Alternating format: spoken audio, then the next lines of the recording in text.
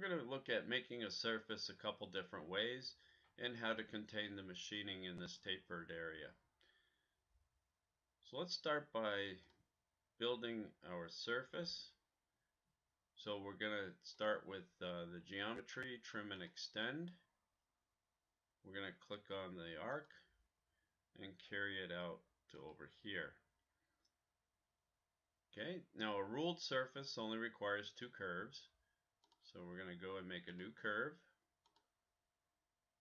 We'll start here and work our way over here. Make our second curve. Now our start point has to match the start point on the first curve. If I come over here and flip-flop it, you're going to get a twisted surface.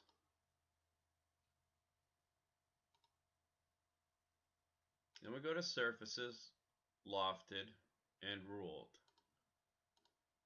You can select on the screen your curves and hit OK. So now we have a tapered surface using ruled. Now let's delete that. Let's go Edit, Undo. That surface is gone.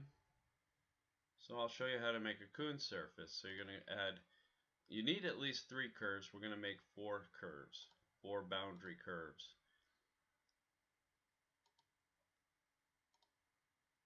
Same rule applies to Coons as it does lofted. My start point was at the bottom and I came up, so the other side has to match as well, or it would become twisted. Choose a Coons surface. Now longitudinal curves, they can apply either both sides or up and down. It doesn't matter. So we'll pick these two ends and we're going to go to transverse and pick these two.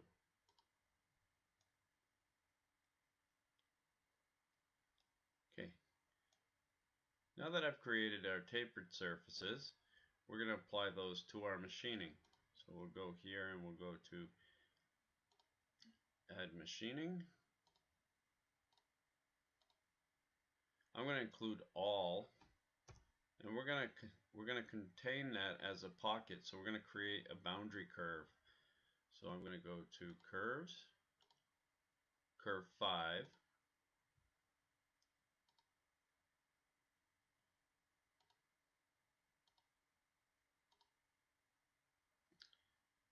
Now our machining,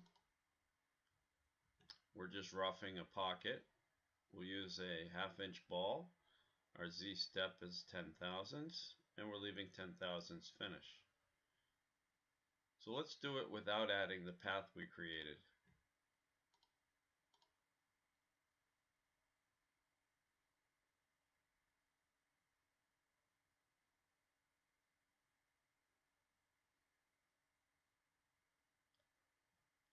Okay, so now we're going to add the path. You can click on the path button down in the lower right.